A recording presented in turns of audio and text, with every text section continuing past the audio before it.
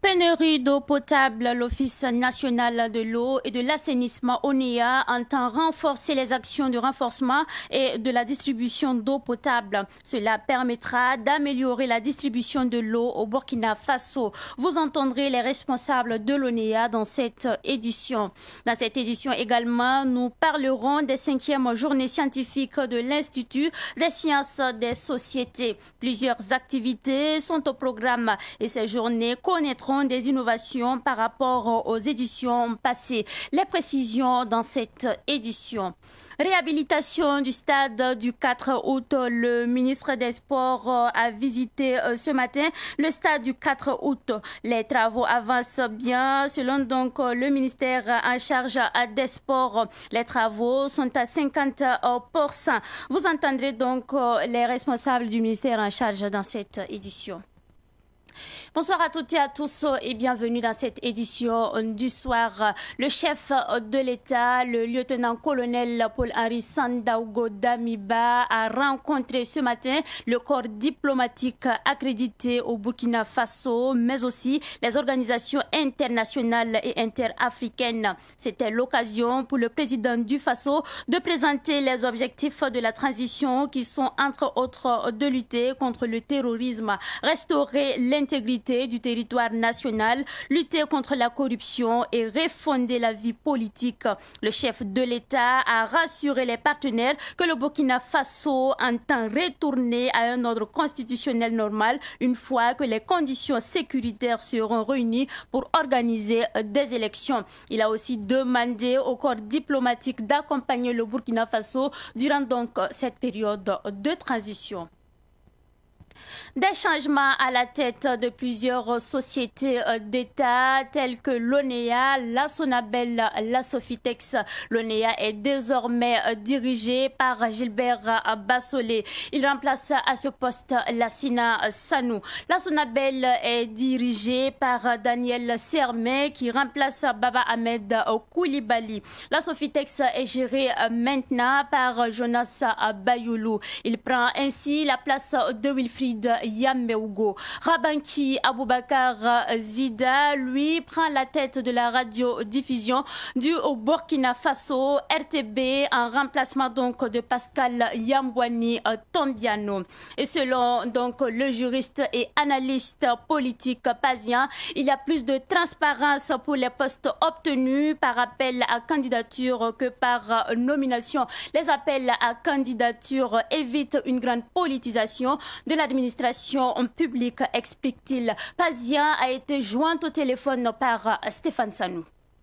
Est-ce qu'il n'y a pas plus de transparence lorsque c'est un appel à candidature? Je dirais oui, il y a plus de transparence à condition, parce qu'il y a la condition, que le comité même qui est chargé de faire ce recrutement soit un comité donc de probité. Parce qu'on pourrait bien prendre un comité qui est chargé de faire un recrutement, mais si ce comité-là lui-même n'a pas une certaine probité, on fera pire choix que peut-être la personne qui sera nommée directement en conseil des ministres. Mais l'un dans l'autre, ce qu'on peut retenir, ce n'est pas une inégalité que le conseil des ministres puisse nommer de nouvelles personnes, parce que c'est ce qu'on appelle le parallélisme des formes. Si vous êtes nommé par décret en conseil des ministres, ça veut dire un décret en conseil des ministres, même s'il y a un décret qui avait mis des conditions pour vous recruter, il faut savoir qu'il y a le principe donc de la postériorité. Quand un décret vient après un autre, il est valable, l'autre ne l'annule pas. Donc, c'est qu'il faut savoir. Ce n'est pas une loi au niveau du Burkina Faso qui régit les conditions de recrutement des directeurs généraux des sociétés d'État. Parce qu'il faut dire que la RTB, par exemple, est une société de médias avec un statut particulier. On pourrait peut-être l'approcher des sociétés d'État. Et l'ensemble des autres sociétés d'État, quand vous prenez l'ONEA, quand vous prenez la Sonabel, qui sont les sociétés d'État, l'ensemble donc de ces structures, les premiers responsables sont nommés en conseil des ministres, donc c'est des actes de gouvernement et c'est un décret qui régit les modalités donc de nomination de ces personnes et non une loi. Le ministre des Transports, Mahamoudou Zampaligré, s'est rendu ce matin à l'aéroport de Dancin pour une visite de chantier. Lors de cette visite, le ministre des Transports a indiqué qu'il a espoir qu'avec la transition, les travaux se feront autrement car les résultats sont mitigés. Le chef du département par intérim de la maîtrise d'ouvrage de l'aéroport de Dancin a annoncé que les travaux sont à 50%, ce qui est dû à plusieurs différences difficultés, parmi lesquelles des ardeurs de la réussite, parmi lesquelles donc le manque de personnel. Face à la presse ce matin, l'Office national d'identification et de l'eau a présenté sa stratégie pour atténuer les pénuries d'eau potable dans la ville et périphérique du Burkina Faso. Les responsables de l'ONEA a présenté la situation globale de la desserte, les mesures d'atténuation et les perspectives, mais aussi les contraintes qui rendent difficile l'approvisionnement en eau potable. Suivant donc le reportage de Daouda Yameougo. Dans l'optique de contrer les pénuries d'eau dans les villes et périphéries des villes du Burkina Faso, l'Office national de l'eau et de l'assainissement ONEA a identifié les actions de renforcement de la production et de la distribution de l'eau potable. Selon la directrice régionale de Wayouguia Filia Ouedraogo, ces mesures vont améliorer la distribution de l'eau potable au Burkina Faso à court terme. Il est prévu d'augmenter la capacité de pompage des stations de Ouagadougou, Koudougou, Dori, Kaya et le raccordement de 43 forages dans plus de 20 centres. Pour ce qui concerne les extensions des réseaux d'adduction et de distribution, des travaux de pose de conduite de différents diamètres sont programmés. Des projets structurants sont programmés. À Ouagadougou, on a la phase 3 de Ziga, qui va consister à l'augmentation de la capacité de la production de 500 m3 supplémentaires. À Bobo-Dioulasso, nous avons le renforcement de la capacité de la production de 2000 m3 et l'augmentation du stockage de 5000 m3. Il y a aussi l'AEP Bobo à partir du barrage de Samandeni. Au cours de cette conférence de presse, l'ONEA a saisi l'occasion pour égrener les difficultés qu'elle rencontre dans la desserte de l'eau potable.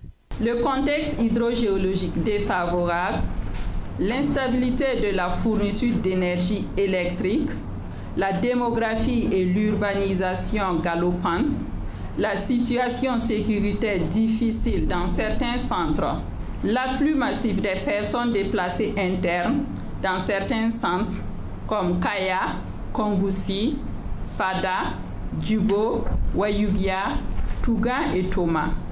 Et on note également les difficultés avec les propriétaires terriens pour la réalisation des investissements.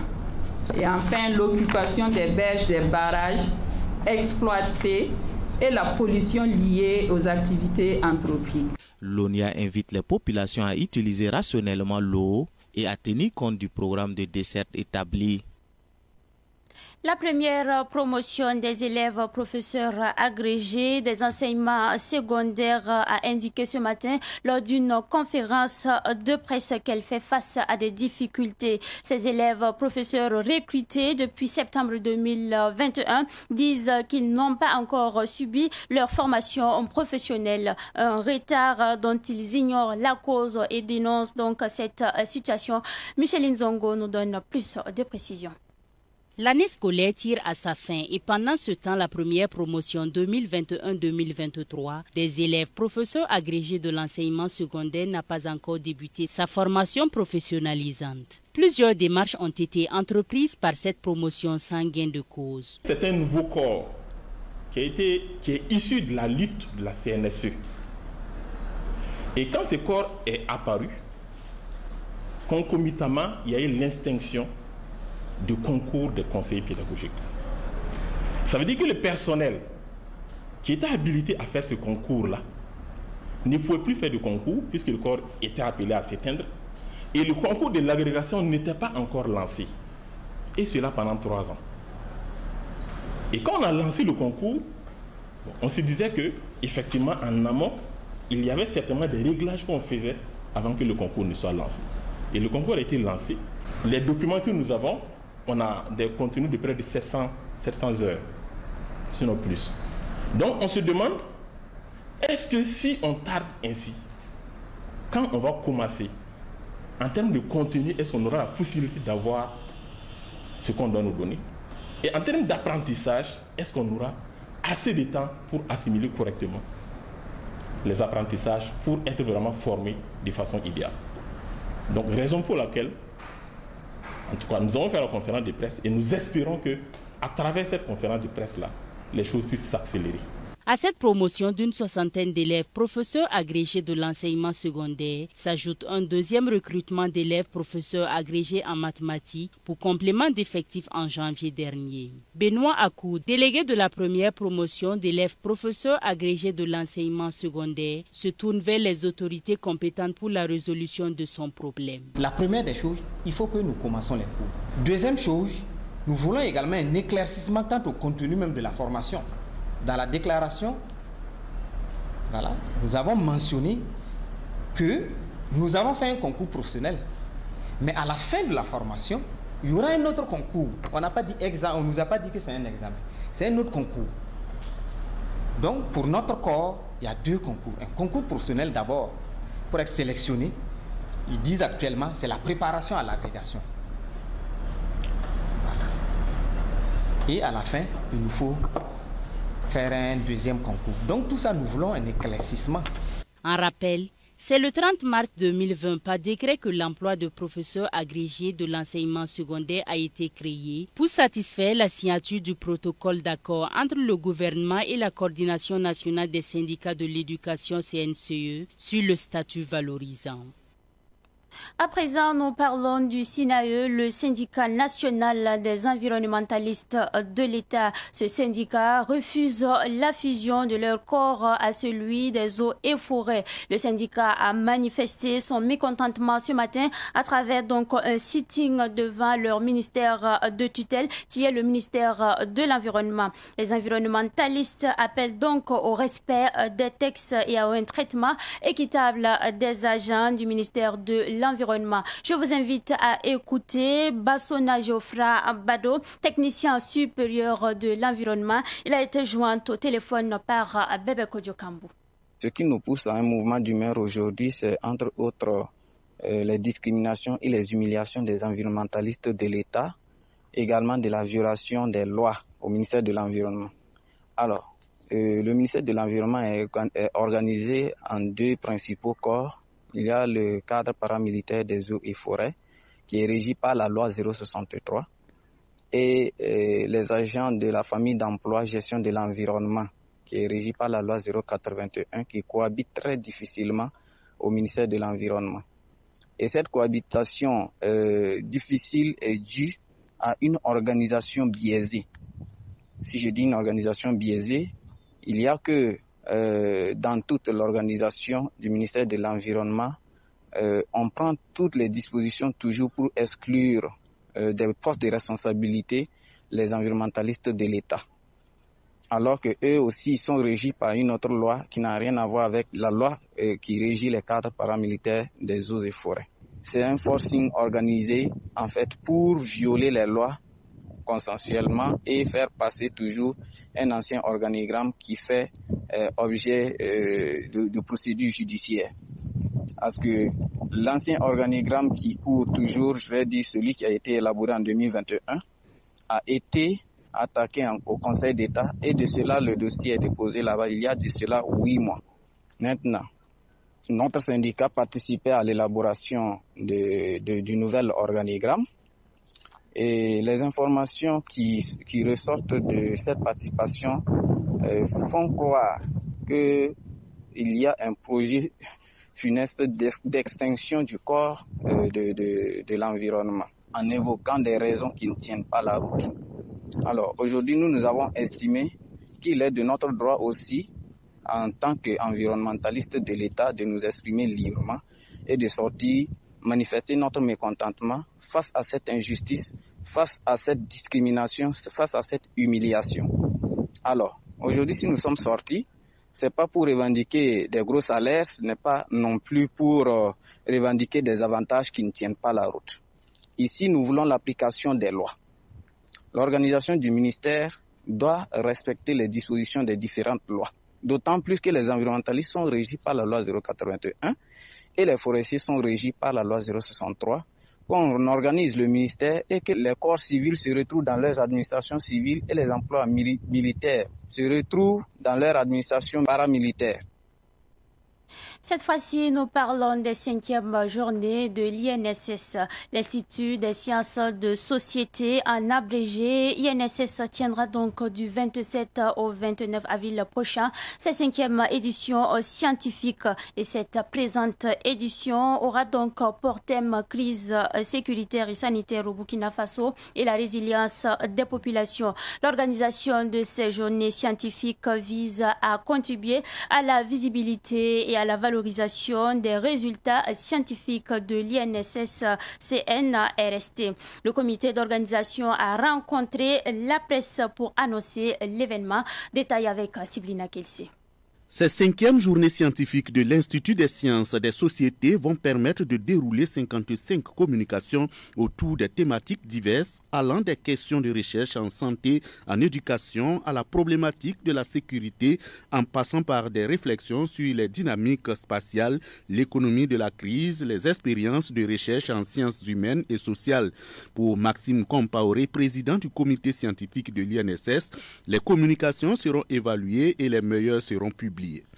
Nous allons faire travailler le comité scientifique pour essayer de sélectionner les meilleures communications qui seront faites afin donc de réaliser une publication à la fin donc des journées scientifiques de l'INES. Bon, je l'ai dit, hein, ça sera sélectif, c'est normal. Quand vous vous situez dans le domaine de la science, vous savez que la précision et la rigueur s'imposent, et les dossiers ou les documents qui vont passer à travers les évaluations du comité scientifique donc, seront publiés. Nous le souhaitons même d'ici la fin de l'année. C'est pourquoi il y a beaucoup d'innovations à cette édition, selon Maxime Compaoré. La provenance des communicateurs est vraiment diversifiée. Il y a bien sûr des chercheurs de l'Institut ici, mais également des chercheurs des autres instituts du CNRST, sans compter qu'il y a les autres universités publiques et privées qui ont proposé des communications. Il y a un comité scientifique qui s'est penché sur les propositions des uns et des autres. Et la sélection a permis de retenir justement les 55 communications. Donc, il y a ce premier aspect qui est là et qui constitue nous sommes obligés d'innover pour prendre en compte toutes ces contributions-là. Et l'occasion est donnée aux doctorants de présenter des posters sur l'évolution de leurs travaux de recherche. En plus des communications, il y aura au programme des expositions, des ouvrages de recherche sur les sciences sociales produits par des chercheurs du CNRST. En rappel, l'Institut des sciences des sociétés INSS est l'une des plus anciennes structures de recherche du Centre national de la recherche scientifique et technologique CNRST. Le stade du 4 août suspendu par la CAF pour non-conformité aux exigences internationales fait peau neuve depuis le 29 octobre 2021. Et pour constater l'avancement des travaux, le ministère en charge des sports, accompagné par les journalistes sportifs, se sont rendus ce matin au stade du 4 août pour une visite de chantier. Retour donc sur cette visite de chantier avec notre journaliste sportif Ruben Wilson. Les travaux de réhabilitation du stade du 4 août vont bon train. L'équipe de visiteurs, dont des journalistes, s'est rendue compte de l'avancement des travaux, estimé à un taux d'exécution de 50%. Et le directeur général de l'entreprise Gritec, Lassina Ouattara, d'ailleurs chef de projet de réhabilitation du stade du 4 août, de rassurer les visiteurs que le délai d'exécution sera respecté. Nous, on a deux manières d'évaluer le taux. Alors, il s'agit du taux sur le contrat, qui fait 15%, et du taux physique, qui est à 35%. Alors, les deux, pourquoi? Puisqu'on s'est rendu compte que les entreprises, quand ils font leur offre, c'est sur cette base-là qu'on calcule le taux du devis. Le délai, on a 50%, on doit finir en septembre, le 28 septembre, normalement, précisément. Alors, si vous voyez tout ce qui est gros œuvre, ce que l'on appelle gros œuvre, les bâtiments que vous avez eu à visiter, la peinture, et puis tout ça, c'est sûr qu'on va finir. Ce qui va nous rester, ce serait l'audiovisuel et puis les sièges. Donc, on a 29 800 sièges à poser. L'audiovisuel, le temps de production, ce sont les écrans géants là. Donc, c'est ces éléments-là, en fait, qui vont conclure certainement à la fin septembre pour le travail. Parce que c'est une réhabilitation, on ne reprend pas tout. Il y a des choses qui sont bonnes, on les garde. Hein. Par rapport aux pylônes, on garde les pylônes, mais on change l'éclairage. Voilà. La sonorisation, c'est la même chose. Mais qu'en est-il exactement de la pelouse? Quand vous êtes sur les autres terrains, on a la meilleure graine depuis 40 ans. Ils taillent ça pratiquement chaque semaine. Donc c'est mieux de garder cette pelouse. Si par avant on veut l'enlever, nous on a suggéré au ministère de trouver un autre terrain où on va aller dérouler ça. Parce qu'on a une possibilité de l'enlever en rouleau et aller la déposer tranquillement sur une autre plateforme. Ce qui est sûr, on va se battre pour que cette pelouse-là ne soit pas jetée. On vous a dit que cette pelouse fait 40 ans. Alors moi je préfère avoir cette pelouse qui a des grosses feuilles, qui n'est pas rejetée ni par la FIFA ni par la CAF. De toutes les façons, au ministère en charge des sports, la confiance renaît. Le directeur de cabinet estime d'ailleurs que la pelouse et les vestiaires seront prêts au mois de juin 2022 pour certainement accueillir quelques rencontres des étalons à domicile. Juin, les vestiaires seront finis. La pelouse également, s'il plaît à Dieu. Et avec ce minimum, nous pouvons négocier pour que nous puissions jouer nos matchs ici. Le délai, ils ont jusqu'à fin septembre pour nous livrer le stade réhabilité. L'entreprise nous a rassurés. Et avec ce que nous avons vu sur place ici, la mobilisation du personnel, je pense qu'on peut dire qu'en fin septembre, nous aurons notre stade terminé. En nous déplaçant à l'extérieur, non seulement l'organisation nous revient très cher, mais nous sommes privés du 12e joueur. L'enveloppe dégagée pour la réhabilitation du stade du Katout est estimée à 14 milliards de francs CFA. La fin des travaux est prévue en septembre 2022. N'abandonne pas, endure maintenant et vis le reste de ta vie comme un champion. C'est avec cette citation du boxeur Mohamed Ali que prend fin cette édition. Ravi de vous l'avoir présenté et très bonne suite de programme sur Savane TV, la télévision des nouvelles.